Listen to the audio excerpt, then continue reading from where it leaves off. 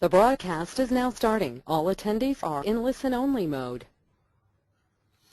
And good morning, ladies and gentlemen. Welcome to the first of a series of 11 webinars designed to give you practical information to help you to accelerate the growth of your business. My name's Peter Jeffrey and I'm the Business Development Manager for the City of Greater Bendigo. And on behalf of the City, we're proud to partner with the team at the Business Re-Education Centre here in Bendigo to bring you high quality practical information about how to grow your business through simple and effective actions and measures. I'd suggest that you be ready to take notes so that you can be sure to implement any actions that you identify as appropriate for your business. And I strongly encourage you to act on these as simple suggestions can be the ones that often have the most impact. At the end of this webinar, there'll be mention to future events, and I also encourage you to consider attending these for future business support. And at the City, I work within the Economic Development Unit, and we're focused on bringing high calibre events and initiatives to enhance the success of local businesses and the business community. Businesses like yours and events like this. If you'd like to know more, please contact the team and myself at the City of Greater Bendigo to discuss all available options for local small businesses on 5434 6000. That's 5434 6000. Now, I'd like to introduce you to our presenter today, Paul Henshaw, who's the Managing Director of the Business Re-Education Centre in Bendigo. Paul's business is one of the top 100 performing action coach business franchises globally. Now that's quite impressive considering there are over 4,000 franchises. He's also successfully coached small businesses for over 20 years and has some great experience to share. So thank you, Paul. Okay, good morning everyone. I hope you're well, bright and shiny. We're just going to run through a couple of things as we have a look at the slides that are coming up, and look, I hope you're enthusiastic, and maybe the reason why you're on this particular webinar is called Reigniting the Fire in Your Business. Maybe you're not that enthusiastic about your business right now, and if you're not, then you're in the right place really this morning to have a bit of a listen. Now, what I will do is for those people who've been on webinars before, you'll potentially know the way it works, but for those that haven't, if I might just explain, a couple of times in here we'll ask for some feedback. You're able to pardon me, a bit of a croaky throat this morning, sorry everyone, but you're able to type in a question or provide a little bit of feedback. A couple of occasions here I'll ask you to do that. If you have a look on the right hand side of your screen, you should be able to see where to do that. If you've got a little orange arrow up the top right hand and it's pointing the wrong way, you might not have any controls, or you might not be able to see any of your controls. So just make sure that that's expanded out to your left as we go, and you'll be able to type a few things in. In fact, you'll probably see here that we've got a little message up there. You might actually type in, perhaps just so as we can see who's typing, and make sure that you can hear us all right and all the rest of it. Type in where you're from. Perhaps just is it from what town are you situated in, from where you're listening in. Let's have a look and see what we've got in terms of where some of the people are actually from. We'll see what I can see. Okay, we've got Bendigo. Where else have we got? I've got Eagle Hawk and fantastic, great. Where else? We got some other ones. I'm just trying to see where we're from. Denali, thank you. There's Eagle Hawk. So regional and quite a few. Yep, okay, Bendigo. So we've got Bendigos and we've got Eagle Hawk, which is for those that aren't from Bendigo, that's just nearby. and Quarry Hill and a few other places aside. So that's great. That means that you can hear what I'm saying, which is fantastic, and everybody seems to be able to work the technology. So fantastic. Look, as Peter was saying, I've been involved in this business of helping other businesses for about 12 years now. I've been in Bendigo since 1995, so I think whilst I'm not necessarily a native, obviously, I've only been here 20 years. I guess I know it pretty well by now, but I have to also say that all of my businesses, and I have had 6 of my own, have all been regionally based. So I started my first business in a small town of 400 people, which was an interesting experience. And for those people who are perhaps from towns that are even smaller, you'll appreciate that that they themselves have a few challenges, but also some fantastic opportunities. And my first business was down in Tasmania, actually, in a little town in Tasmania. I wasn't a Tasmanian until I moved there, but down there for 5 years, and so I, really appreciated the interconnection between the community and how much difference that a vibrant business makes to a small town. And I think that whether we're talking about Bendigo or we're talking about a smaller town, the success of the businesses that lie within it, I think, make all the difference to the vibrancy and make a major contribution to their ongoing to their futures. To be honest, I guess we've all seen a few ghost towns where the businesses have departed, and the trail of destruction that's left behind is not always good. So the reason for these webinars is to give everybody, and the reason why we're doing them online is so that there's greater access for people to be able to get involved and get engaged, and you don't always have a travelling roadshow that comes to you. So we're looking to bring that roadshow to you. Okay, so let's move on and start to look and see what are we talking about here. We said reigniting the fire in your business. What I want to start with is what happens when the fire starts to wane. And I guess including me, we've all had occasions where we've had, hopefully short term, but sometimes it can be a bit longer than that, periods of being less than enthusiastic. And of course, if that lasts long enough, we can end up with dire straits. But let's have a look and see what sort of symptoms you might have either experienced or you might have seen in another business to sort of give you an indication. They're telling you from either as a customer of that business, or perhaps it's been a friend's business or whatever, that that there's perhaps not a lot of spark in that business. What sort of symptoms have you typically seen? I'm looking to see what some people might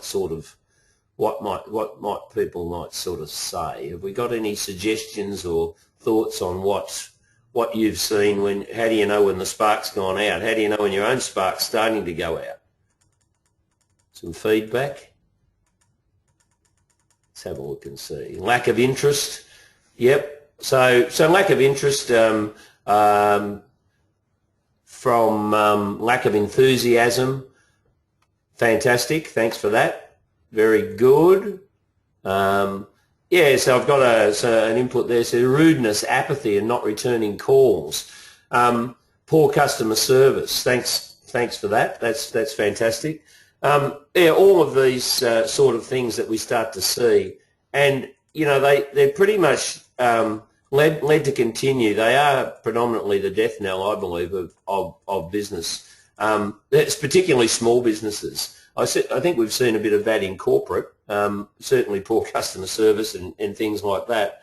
They seem to be able to keep moving forward, but in small business, it's very much a case of the enthusiasm of the owner very often. So some of the things that I've experienced in terms of symptoms: low energy levels. So you've got it. You just can't seem to get yourself you can get out of bed, but you can't seem to actually get that drive and enthusiasm to make things happen. And I guess the image that I've got up there helps, perhaps says it all. Some of the other things, no written plans. In fact, no plans at all. It's just another day, another day, another, maybe not even $1 in some cases.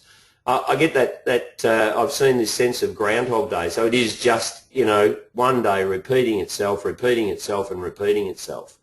I think that they experience these things, poor cash levels, and I actually think that the poor cash levels are a symptom of the problem, not the. I don't think that the problem is a symptom of poor cash levels. It's in fact the other way around. So we need to start actually gearing ourselves up so that we can overcome these things. A lot of people do a lot of negative talk when you walk into a business, and it's just a very dark environment, I guess, and not a place that people want to be.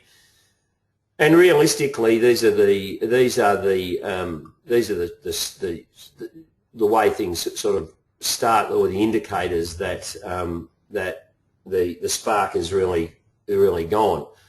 The outcomes. Pardon me if I keep clearing my throat, Froggy. The outcomes, I think we can see some of the things that I've got up here, and they're financial ones. I've seen a lot of businesses that fundamentally just give up, and they just sort of go, well, I'll just give it away or just close it down. Now that's unfortunate, because they've generally built an asset which, as a minimum, they could sell.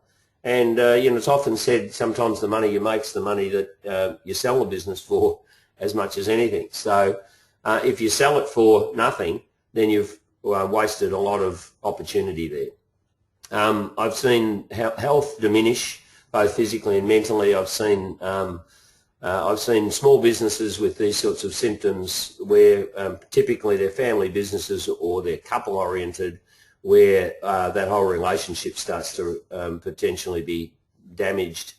And I think at the end of the day, when these things sort of happen, it's very difficult for people to get back up and find themselves confident enough to go back into it. So if you're seeing any of that, if you're in other businesses, if you're experiencing any of that sort of stuff in any of the other businesses, then it's important to stick with us here this morning and start to look at how to actually turn these things around.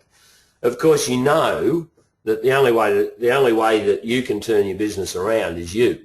It's not going to happen externally first, and that's not going to change your mindset. Unfortunately, you're the key to as the owner, as a manager, you're the key to the success of the business. So it comes as a consequence. It comes about that it's up to you to sort of make these differences.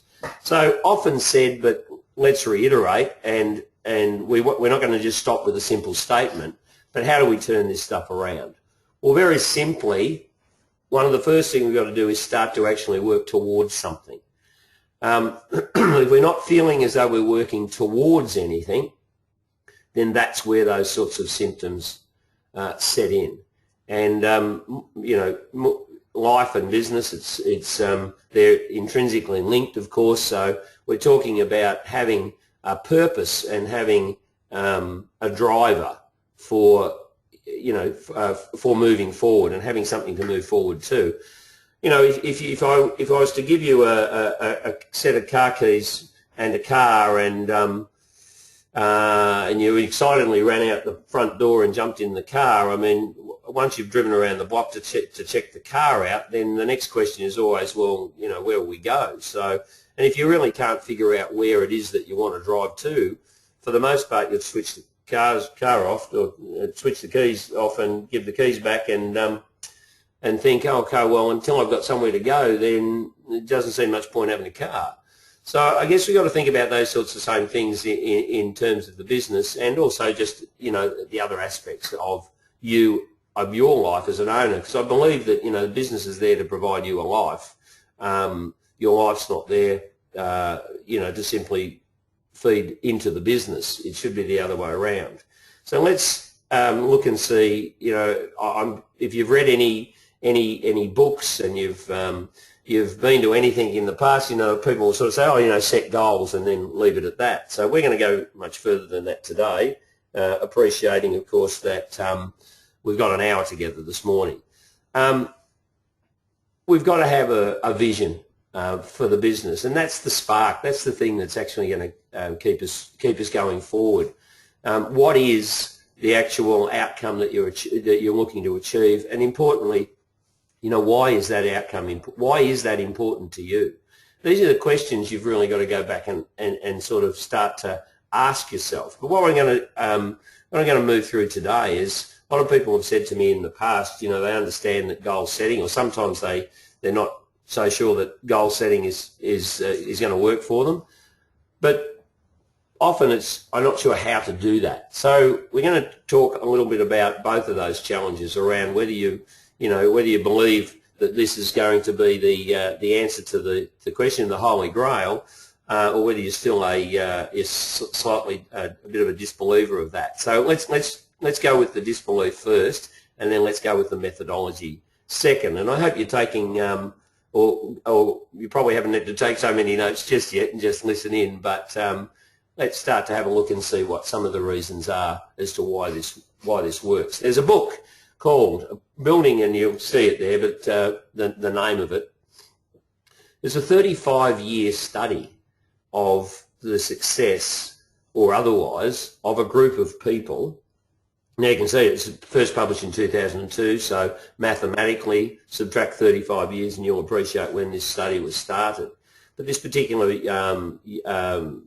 gentleman, Edwin Locke, is a lecturer at a university, and what he did was track graduating students, and what he has been able to show is that the success rate of those students that had very clear, very defined goals and objectives when they left the university, and where they ended up 35 years later versus those that didn't, and the results were quite staggering.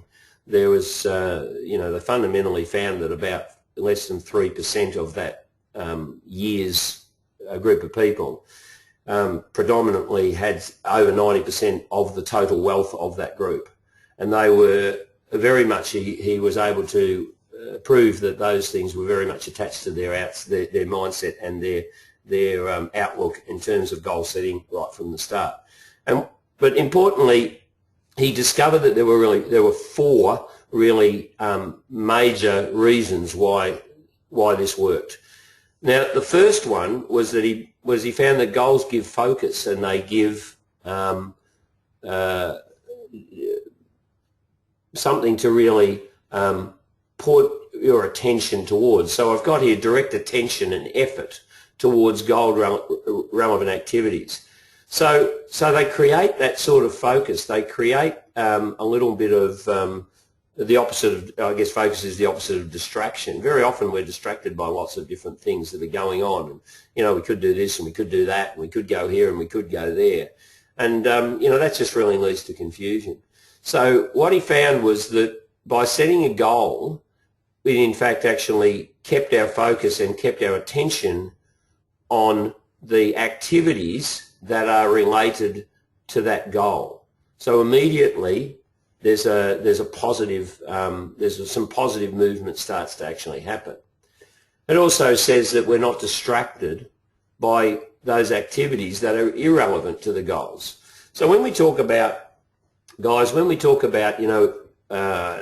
often I'll talk with clients around the importance and urgency, and very often people's agenda is driven by urgency rather than importance. And if you're nodding your head, you'll be in the majority, because what I see is most people's agenda and their daily activities are driven by urgency. What's the next time-pressing activity that I've got to do? Not necessarily what's the next most important thing I need to do. And when we talk about this difference between urgency and importance, it really all comes down to the goals. What are the activities, sort of the importance, what are the activities that are connected to my goals? They're the important things. Some of the other activities that you may find yourself doing are in fact important things to do with other people's goals. Now, I appreciate that for the most part, in terms of small business, we're all in the business of service, to serve clients. But it's very important that you're not overwhelmed by the goals of your clients and not concentrating on the goals of yourself. So where do you want the business to go? What goals have you set for your business? And are the activities that you're doing related to those goals? So that's how you define importance. Getting back to our study, that was the first thing that we found about that he found about goals. Number two, they make you jump in the air. No, not exactly. What they do is they actually have an energising function. So immediately we know that if reigniting the fire in your business, then if goals have an energising function, then clearly this is an activity that's going to actually really help us move forward here. They create effort. Interesting that they actually switch that mechanism on inside us. So another really important aspect. What's this? This is number three. Goals also have this massively positive effect, whereas they affect persistence. We're able to go further by setting the goal, and you'll see on the screen at the moment, you'll see I'd like to think that was a picture of me on my last run. Sadly not. But they actually, given no goal to achieve in terms of running, it's very easy just to, if you like, stop when you're tired. The legs are gone, the lungs are hurting a bit. It's pretty easy to stop. But if you fundamentally sort of said, well, I'm going out there to run 6K, 10K, a half marathon, a marathon, that finish line, that goal, is a real driver, and it really does help create the persistence. And what is persistence? So I think persistence is the ability to actually move through obstacles. We will all hit obstacles along the way, and for those of us that have been in business for any length of time, we know that the road's not necessarily just a nice flat one like our friend on the pictures running on. It can be quite bumpy, and you've got to be able to actually keep going. And goal setting has a tremendous ability to create that persistence to get there, that the effort is in fact prolonged beyond that which might otherwise be. What's the fourth thing? Okay, here's an interesting one. The fourth thing is a really interesting one, and it is that by setting a goal, it actually creates the desire and the capacity to actually research how to achieve that goal. A lot of people think that goal setting, you have to know how to achieve a goal before setting the goal. That's not true at all. In fact, if you already knew how to do it, you would probably already have done it. So in most cases, setting goals, the function that's attached to that, or the reality about that, is that you very often don't know how to do it.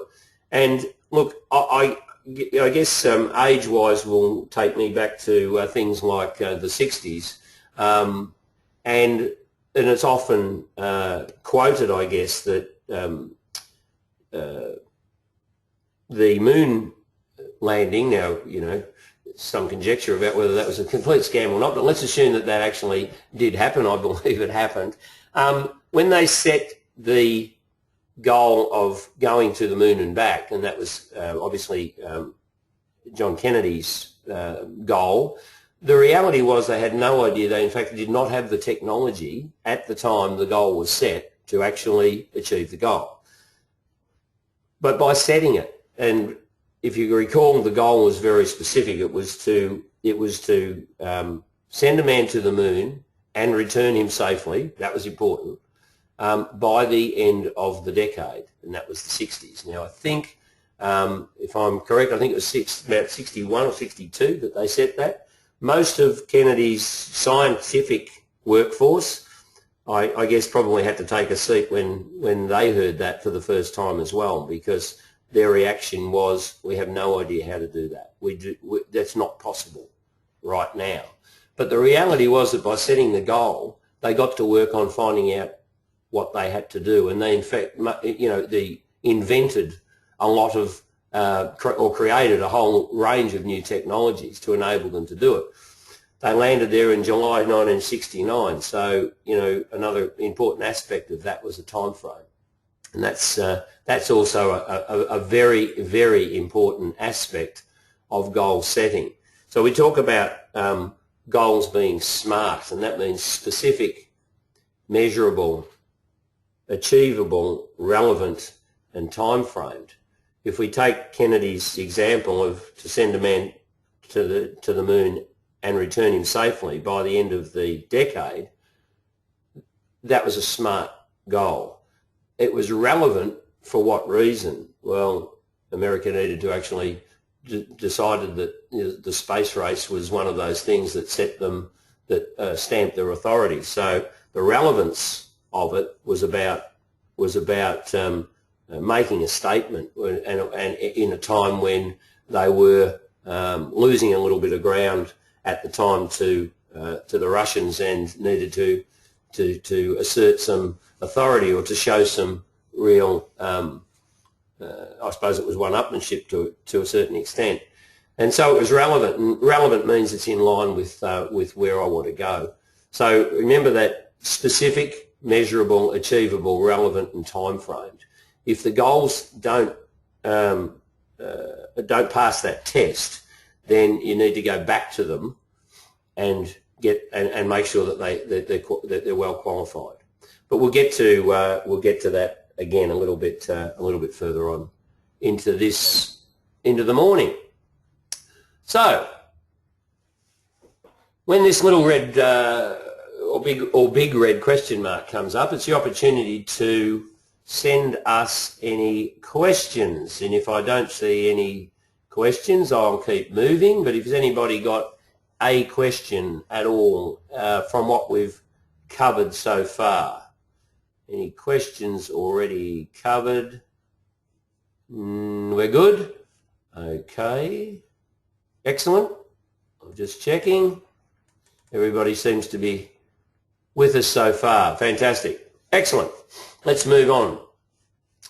So if we know these things about goals, and perhaps you didn't know these things about goals, but a lot of people, again, okay,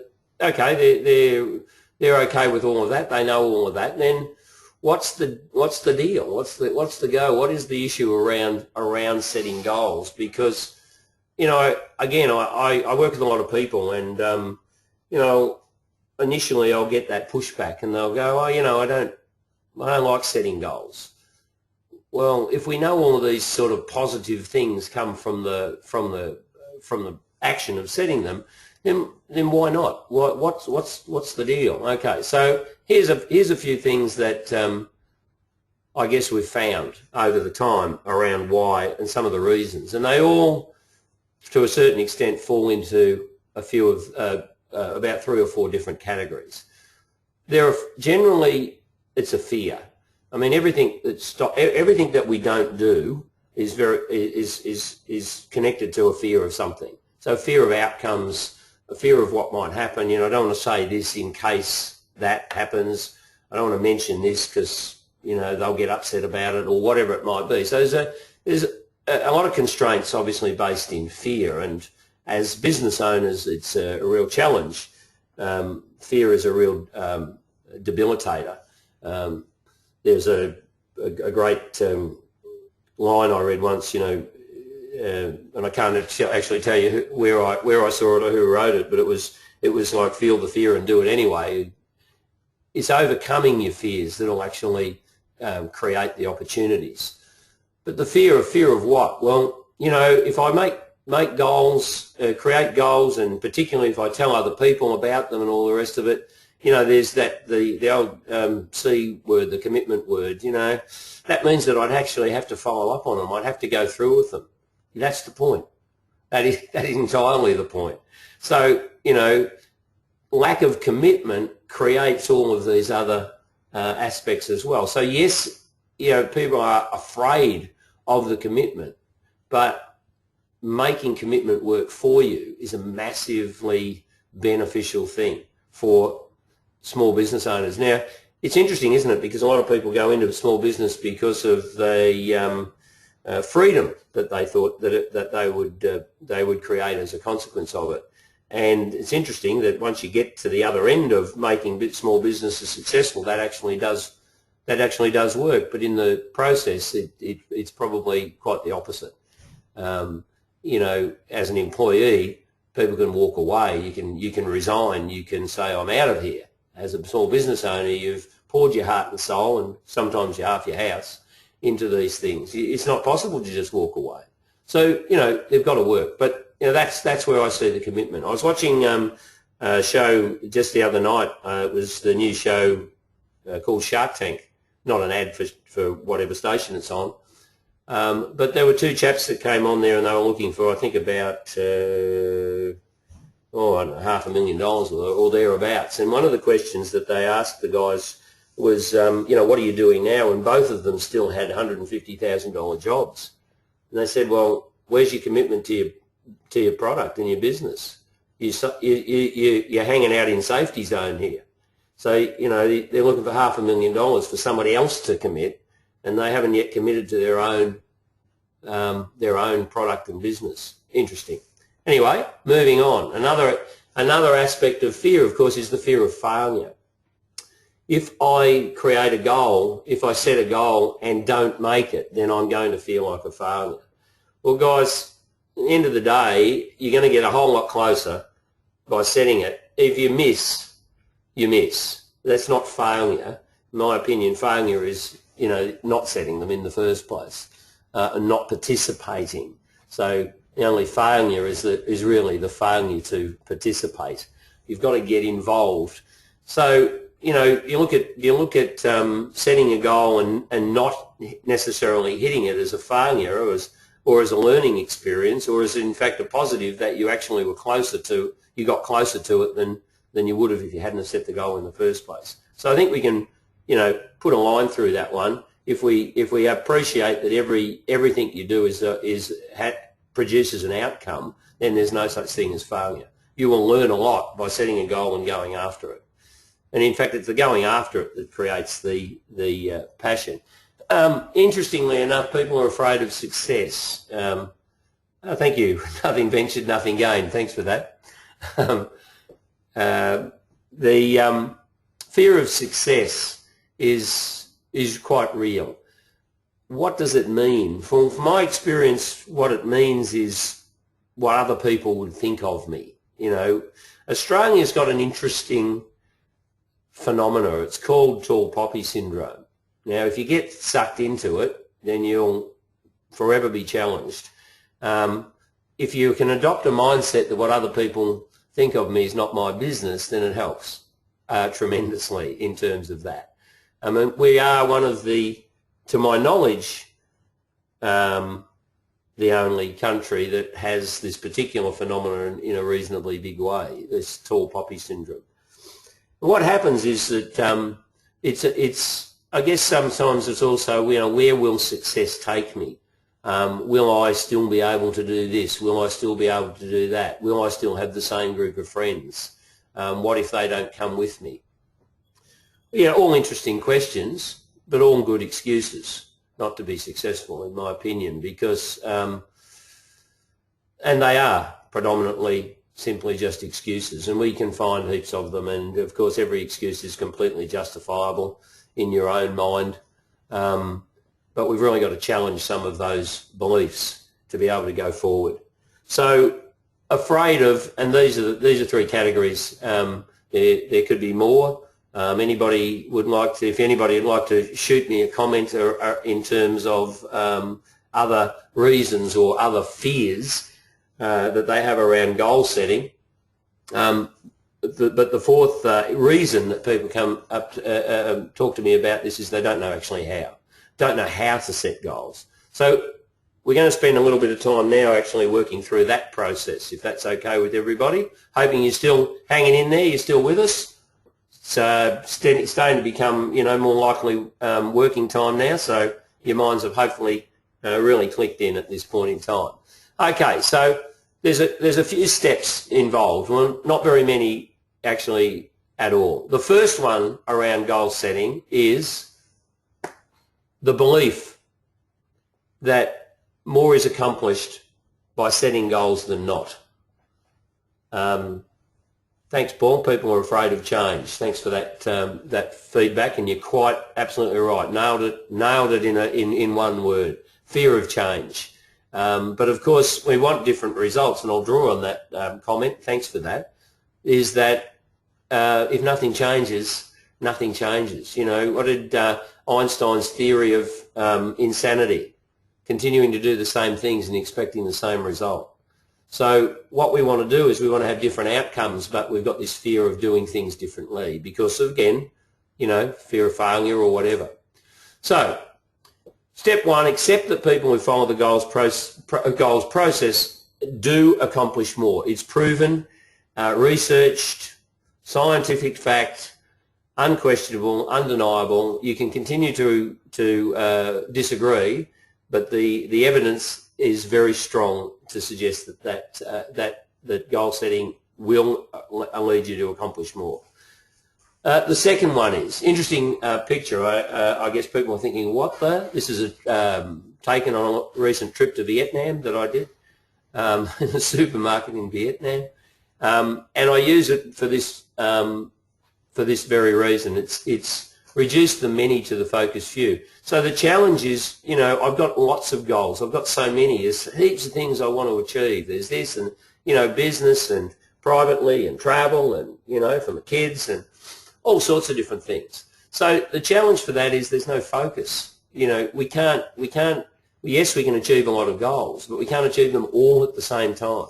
So another challenge is, step two is that we've got to actually have fewer goals at a time rather than more goals altogether. Hopefully that statement's just made a bit of sense, even though it's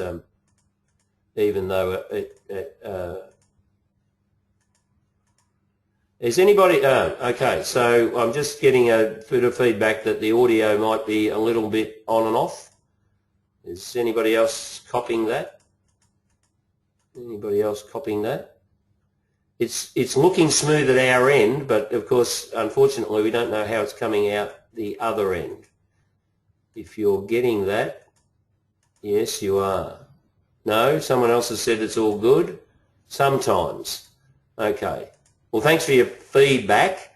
I'll try to make, there's not much we can do right now, but we'll push forward. But thanks for your, some people fine, no problems whatsoever. It may be area specific, guys. It might not be so much our end, it might be yours, not that, it might be because it is internet based, so you may be finding a bit of traffic in your area. That may be the challenge. Okay, but thanks for your feedback. Some are good, some are a little bit in and out. Apologies if that's happening. I think it's localised. Okay, so reduce the many to the focused few. And step 3 is the discipline of discipline, the everyday, the realisation that goals aren't achieved in a day. They take time. You need to persevere. And this is one of the reasons why we have to have really solid purpose behind our goals. Otherwise, if they're just whims, there's plenty of things that will knock you out of the park in terms of getting there. So it's an everyday, it's a habit forming, it's the ability to actually, and the discipline to do something every day until you're done. I guess the picture says it all, doesn't it? Maybe that's not natural, but whatever. Okay, so the challenge we've got is really now choosing what you want. So we understand all the stuff around goals. We understand that yes, they're a key to our our passion and our tapping into our enthusiasms and all the rest of it. But the real challenge is often for people, you know, they can't figure out what it is that they actually want. So I'm going to take you through, I say a quick process. I can explain it relatively quickly. This is the exercise that you guys on this call today will need to go away and do. So what we've done this morning comes down to the next 4 or 5 steps. So if you haven't got the pen sharpened or out, then this is the time. Okay, our first real reality is that they say nothing happens unless first we dream. That was American poet Carl Sandburg comment. So the first thing we need to do is we need to step outside of the reality and start to think about what is it that I really want to achieve. What is it that I want to do? What is it that I want to see? What is it that I want to achieve? What is it that I want to have? A list of 100 things is a really, really great start. And you know what, guys? Don't censor, edit, do nothing. This is about, you know, as they say in Indigenous culture, dream time. This is about what are the things that you want to achieve, that you want to see, the places you want to go, the things that you want to own, the business that you want to have. This is the dream. This is where we start. And nothing starts if it didn't start from a dream. Every single, I don't know where you're sitting right now, at home, at work, on your phone, in the car, somewhere or other, but look around you. Every single thing you see started as somebody's idea. So if no ideas, then no outcomes. So you have to give yourself the opportunity and the time to actually dream. And I think small business owners, guys, they're so consumed by the day-to-day, they never step out and actually ask the question, what do I want? What are the things that I want to achieve? So please give yourself some time. Where will you get those ideas? I'll almost certainly tell you it won't be at your work. It will not be sitting at a desk with phones ringing. It'll be somewhere completely aside. There is a reason why corporates do retreats. They're not junkets, and there's no reason why corporates became corporates. They do some of the things that a lot of the things they're doing are the right things. So the opportunity to take time out and actually reevaluate and assess just exactly what it is that you want. Okay, so that should come up with a list of, if you're like me, more than 100 things. So what do we do next? Well, the next thing we've got to do is, and for the animal lovers of the world, you'll appreciate why I put rabbits here, because sometimes you've got to cut the numbers. Unfortunately, the word cull comes to mind, I guess. And here's some of the rationale behind what you can cut out of that list. They're illegal. You don't believe that they're possible at all, ever, completely, wildly impossible. Or they defy the laws of physics, clearly. So start off, you can actually start to reduce a few of those simply by they didn't make the cut. The second way to get these things, to refine your list, is ask what's in it for me and or the people I care about. And for me, the driver of other people that I care about and the benefits and the rewards and whatnot and the experiences that I might have or might create for other people are just as big a driver, and in fact sometimes an even bigger driver of goals than even those that are purely attached to myself. So, you know, putting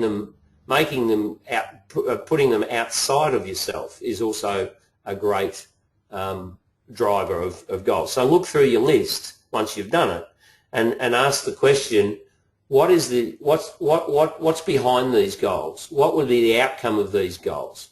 And so what we're really doing there is you're establishing the purpose of those goals. And again, once we've done that, there are going to be then a range of outcomes, a range of goals they're going to be cut.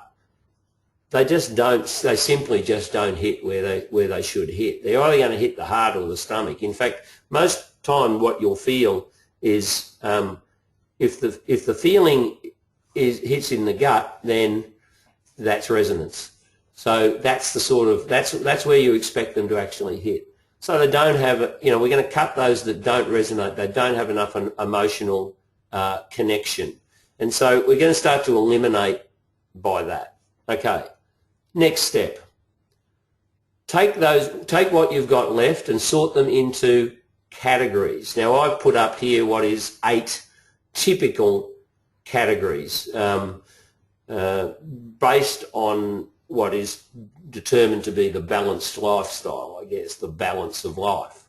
And they are, categories that are business related, that are financially related, that are physically, which is physical health, mental health, family, social, and spiritual and lifestyle. Lifestyle are clearly, cars and boats and houses. A lot of people ask me about what the term spiritual means. To me, spirit is just the things that make you feel good inside. So whatever that is for you, then that's what we mean by that. So we're fundamentally going to take those goals that you've started to whittle away with the list and break them into these categories and literally put them into these 8 categories. So which are the goals that are business oriented, which are the ones that are about money, which are the ones that are about my physical health, which are the ones that are about my peace of mind or my mental health, etc. And we should now end up with fundamentally 8 lists. What happens next? You take the top goal in each category. So you should then end, so what have we done now? We've eliminated it down to 8 goals. 1 for business, 1 for financial, 1 for physical, 1 for mental, 1 for family, 1 for social, 1 for spiritual, 1 for lifestyle. Seem to have left 1 off.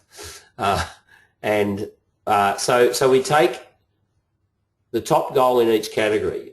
Personally, I write them all down into the categories, simple piece of paper, and then I get the highlighter pen and I go, okay, which is the one that means the most to me in each of these categories? And what you'll find is there'll be 1 or 2 that'll definitely, unquestionably top the list.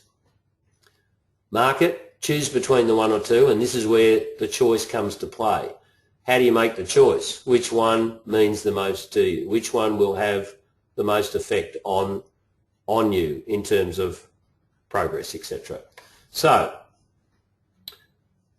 and then we select the top 4. Now, why 4? Well, again, a bit of statistic, a bit of research has gone into this to sort of suggest that, working on 4 goals at a time is a good maximum. I say maximum, not minimum. But select your top 4. So you will have gotten down to 8 by putting them into categories. This is then say, okay, which of those 4 am I going to focus on and stick with until they're done? And of course, they won't all be achieved in the same time frame. So one will be achieved, it'll drop off, we'll pick up another one. So it's a consistency or constancy of looking at 4. And of course, what's the next goal? We'll go back to the same list. Until it's exhausted, there's plenty of ammunition there, if you like, to actually continue to drive this. So we pick the top 4. Now, so I'll ask now any spot here for some questions or any feedback or any questions that you'd like to pose at this point in time, and hopefully I'll be able to see those. Let me see if I'm seeing any questions coming up.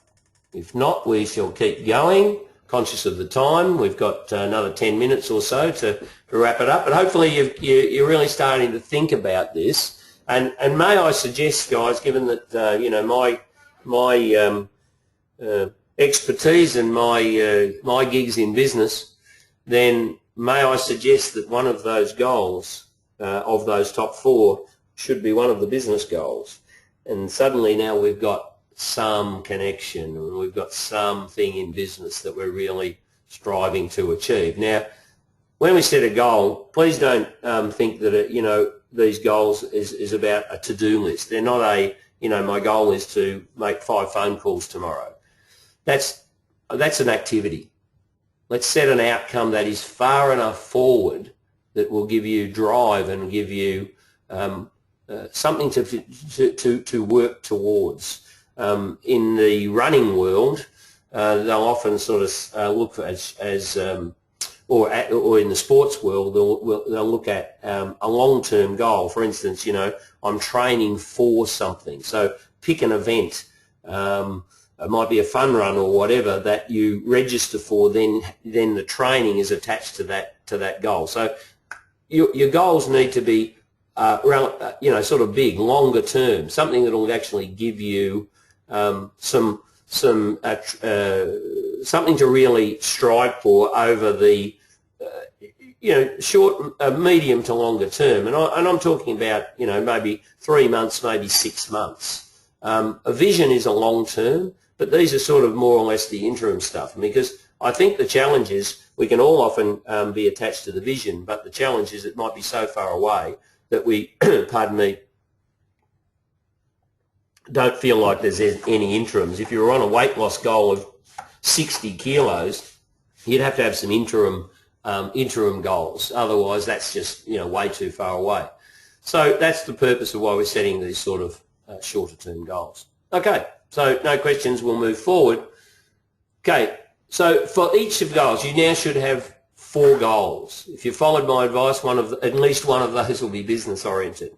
But if you also follow my advice, don't make all of them business oriented. Remember, your business you've got is about driving your life, not the other way around. So for each goal, you need to answer these 5 questions about each goal. What is the benefit of reaching this goal? What is the true benefit for me and for others? That's the purpose, the real driver, the emotional connection. The second question is, what skills or knowledge do I need to acquire to achieve this goal? So again, assuming if you had the skills and knowledge, you'd probably already have achieved it, potentially. So what skills or knowledge, what will I need to learn to enable me to achieve this goal? The third question is, identify what some of the obstacles are that may come up. You may lose focus, you may lose interest, you may find, comfort zone, you may get pushed outside of your comfort zone. In fact, I'd suggest you will get pushed out of your comfort zone, and that is exactly the benefit. That is the positive, not the negative. So but identify what might be some of the major obstacles that you might encounter along the way, and of course, just to identify that those things may come up. So when they do, you won't sort of fall over in surprise. Who else do I need along the way? Who else will I engage? Who else will I use? Who else will I use to help me get there? Whether that's support, knowledge, accountability, whatever it might be. Who else do I need to make this happen? And finally, what's the story or what's the plan? Write out in very simply as a story, how will I achieve this? What will be my methodology of achieving this goal? So now you're really starting to get some real connection, some real traction, and some real insight into this. Now you're really starting to get focused. You're really starting to, and because you see the benefits, and you've got some real connection and real drive and real motivation to move forward. Okay, so there's the story, the plan, and then finally, each day. So this is where the discipline kicks in. Each day, keep a record. You've got 4 goals. Keep a record. Obviously on the screen, you'll see roughly what I'm talking about here. Under each goal, what steps did I take today to achieve my goal? Write nothing. If the answer was nothing, write nothing. It's okay, but what's going to happen is if you write nothing for enough days, I'd suggest something will happen. Eventually, you'll start to see, I'm doing nothing, I'm doing nothing. Maybe you need to really ask the question, am I serious about this goal? Am I prepared, why aren't I doing anything on this goal? So, we've got 4, up to 4, maximum of 4. You might only have 2. You might have 1. But at the end of the day, you need to actually stay focused on the steps that you're taking and what did I actually do? At the end of the day, what did I actually do to achieve my goal today? This is the accountability side of things, or this is how to stay connected with these goals. Okay, so I guess that's taking you through, the rationale, why we have these, the proven fact that they actually work, that they do create the energy. I'm a living example of the fact that it works. It's the thing that I do every time, and it doesn't matter. I can teach this stuff. I can work with people. I can create this, and every now and again it happens to me too. So I go back to the same methodology to get out of that well that you're starting to look into, but sometimes, and everything looks a bit dark and gloomy and all the rest of it, and you've got to be able to pull yourself out of that. And this is the methodology that works. It does work. Believe that it works. And just go for it. At worst, humour me and see if it works, and send me some feedback to say, hey, that did actually work. These are the goals that I set. And of course, when you achieve these goals, they are about celebration. But you know what, guys? It's the motivation comes from the process of achieving them. In fact, the drive to achieve them as much as it does in the achievement. So that's the driver. That's the driver of the energy to actually achieve the goals. Sometimes when we hit the goals, they may not be everything you thought that they were going to be, but it's the drive towards them that actually gives you the power. So pretty much gets us to where we want to go. I want to just fill you in on a couple of opportunities that are coming up that if you've jumped in onto this, you'll probably want to know about a few other things that are coming up. So, don't leave it here. This is not a one-off opportunity. We've got plenty of things on for you. We've got a seminar on the 19th of February called, that's an actual seminar, not a webinar. It's in Bendigo. It's called How to Get and Keep Great Customers. If you want to know a little bit more about that, I've put the link up there. If you want to write that down, or you want to go to businessreeducation.com.au and go to the events, you'll see it there on the February the 19th, which is actually only next Thursday. If you'd like to do a business health check, I've just been told that that's actually free. Again, Bendigo City of Greater Bendigo have gotten involved to provide a lot of opportunities here, and that seminar is free. And certainly invite other people, other business owners that you might know that you think will get something out of that topic. And I'd suggest that that's a topic that everybody is pretty keen to find out more about. If you'd like to do a business health check, if you'd like to just get simply just to sort of go, I wonder where my business is at. I mean, what do I need to work on actually? Yeah, I can provide you with an online business health check. You simply go through, the results will come back to you, and it'll tell you, you need to work on this, you need to work on this, this isn't good, that's not good, or that's good, that's fine.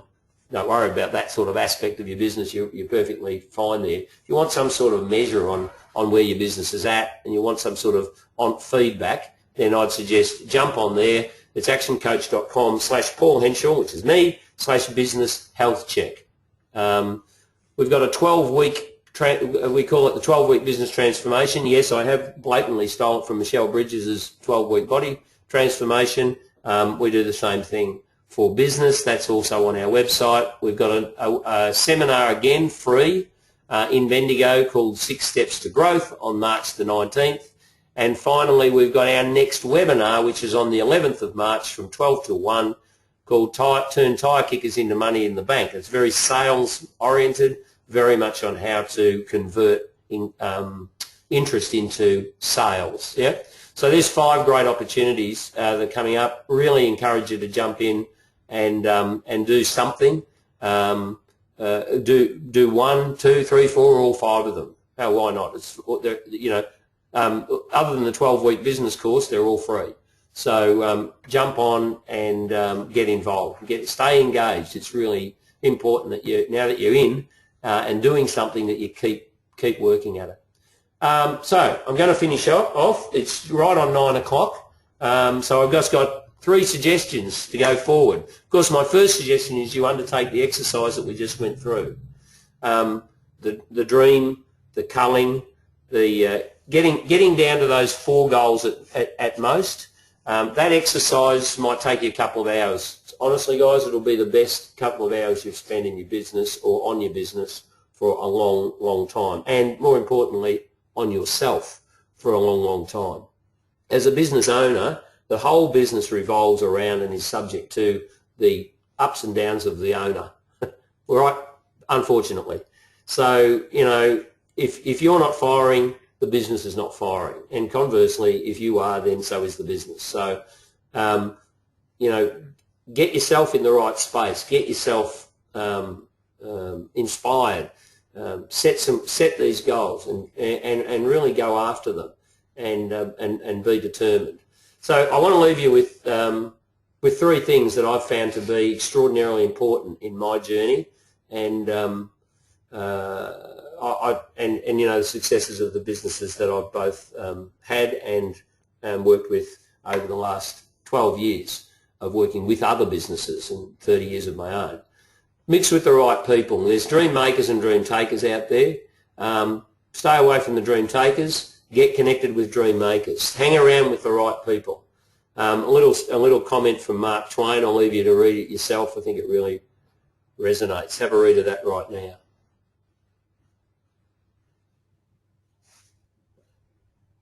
Great. The second thing is overcome your fears.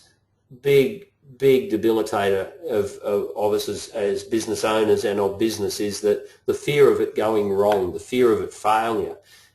You know, we can't go forward unless you actually take a risk. And calculated risk, educated risk, perfectly fine. But the forward motion requires some risk. You have to overcome some fears and just break through, okay? I love some quotes by Eleanor Roosevelt. I think she should have been the president by everything that I've ever read about Eleanor. She said, you gain strength, courage and confidence by every experience in which you really stop to look fear in the face. You must do the thing which you think you cannot do. Clearly, she was the driver of that presidency, I would suggest. And so perhaps she should have been America's first female president. And finally, in business, guys, decision making. The inability to make decisions will stop every business in its tracks. Procrastination is a curse in small business. A great book called Think and Grow Rich, which was written back in 1936 and said that the greatest debilitator to business success is the failure to, or procrastination, which is the failure to make a decision. Small business, we got to do it. We can't put these things off. You got to make some decisions. So, you know, right or wrong, there's no such thing. It's just going to be, well, the decision I made took me in this direction. I can always make another one if I need to make a U-turn. But you know, it's making decisions that creates progress. It's about committing and deciding to you know, to do these things. So in closing, I thank you for being on the webinar this morning. I hope you've enjoyed it. If you want to shoot me some any feedback while I'm just finishing up, a comment, anything to suggest that you're still there and still awake, that'd be great. And I'll leave you. I'll also let you know that this has been recorded, still being recorded. In fact, I may switch the recording off pretty much right now. And there will be replays are always available. You can go there yourself for a refresh. If you want to go through this again, that's great. If you want to recommend it to somebody else, this is the sites. You'll find it quickly on our own site, businessreeducation.com. Thanks, Deb. Businessreeducation.com. You'll find, look for the replay of this. And on the council site, Peter advises me sometimes it's not quite as quick and easy to get it up on a council site as it is to get it up on our own. So we'll have it up there pretty quickly, pretty smartly in the next day or so. But if you check out bendigo.vic.gov.au/business, it'll be there. Eventually, it'll be there as well. They're just figuring out how long it'll take to get it on there and the methodology. It's a much bigger site, obviously, than ours and a bit more complicated. So, but certainly businessreeducation.com.au. Look out for those other five or so opportunities that are coming up. Jump in. As I say, most of them are free. The 12-week course isn't free, but we think it's very accessible for small business and very appropriate for every small business. It's topics similar to these, but in a whole lot more depth. So obviously we look forward to perhaps seeing you in some of those. Just a couple of comments. Really appreciate those, guys. Thanks very much for your feedback on that. Love to be able to love getting a bit of feedback to suggest that you really got something out of it, and that most importantly, guys, that you go away and do something. You've got to go and do something. I'll give you one statistic to finish you off, is that they say if you attend a seminar or webinar or workshop or whatever and do nothing within 30 days, you will do nothing. You will not do it. If you haven't done it within 30 days, you won't do it. So go and do that exercise about goal setting. And please, by all means, jump on my website, send me an email. paulhenschel@actioncoach.com is the easiest one to remember. Send me an email if you like, just to tell me perhaps some of the goals you set, or even any challenges that you might be having.